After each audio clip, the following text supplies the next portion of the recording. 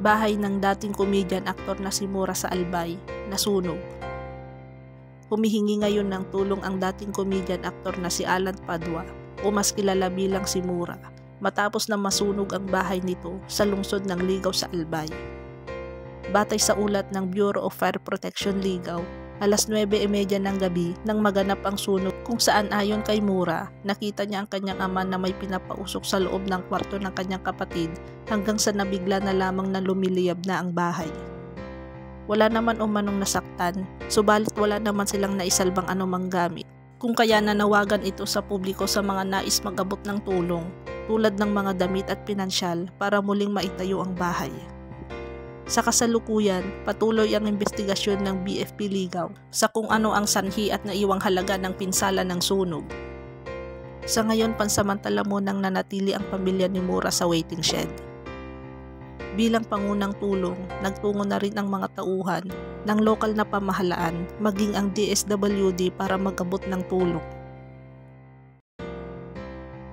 Si Alan Padua o mas kilala bilang Mura ay katandem niya noon si Mahal. Katulad ni Mahal, siya ay may kapareho ding kalagayan na dwartism. Subalit ito ay hindi naging hadlang sa kanyang pamumuhay, bagkus ito pa ang daan para pasukin niya ang mundo ng showbiz. Siya ay pinanganak noong July 5, 1975 sa Ginubatan, Albay. Siya ay nagmula sa simple at malaking pamilya sa probinsya. Ang kanyang ama ay si Juanito Padua ay isang magsasaka, samantalang ang kanyang ina naman ay maagang pumanaw noong siya ay 5 taong gulang pa lamang. Siya ay ika-6 sa 13 magkakapatid. Ayon sa kanyang ama, si Mura ipinaglihi ng kanyang ina sa Manika habang ito ay nagbubuntis noon. Kaya noong siya ay isinilang, maliit ito at tawangis ng isang manikahan hanggang sa di na ito lumaki. Gayon pa man ang kanyang kalagayan, ito ang ginamit niya upang makatulong sa kanilang pamilya. Una siyang nagtrabaho sa mga sirkus bilang isang ball juggler na umabot ng 5 taon bago niya naisipang lumuwas ng Maynila. Si Mura ay nakatapos lamang ng elementarya dahil narindi umano sa pangungutya ng kanyang itsura ng mga kapitbahay at kamag-aral noon sa kanilang eskwelahan ay hindi na niya itinuloy ang kanyang pag-aaral.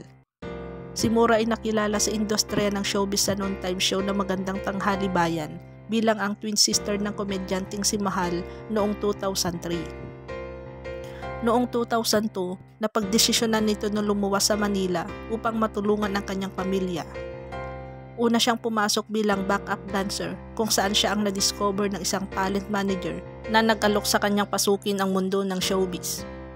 Siya ay unang sumali sa isang segment na Magandang Tanghali Bayan ng Flying Sexy Contest kung saan siya ay napansin ng host nitong si Willie Revillame na siyang nakaisip ng ideyang pagsamahin sila ni Mahal sa kanilang show at ipakilala bilang magkapatid o magkakambal at doon nagsimula ang kanyang pagpasok sa entertainment industry. Kasabay ng pagsisimula niya sa showbiz ay ang pagpalit ng kanyang screen name na Mura.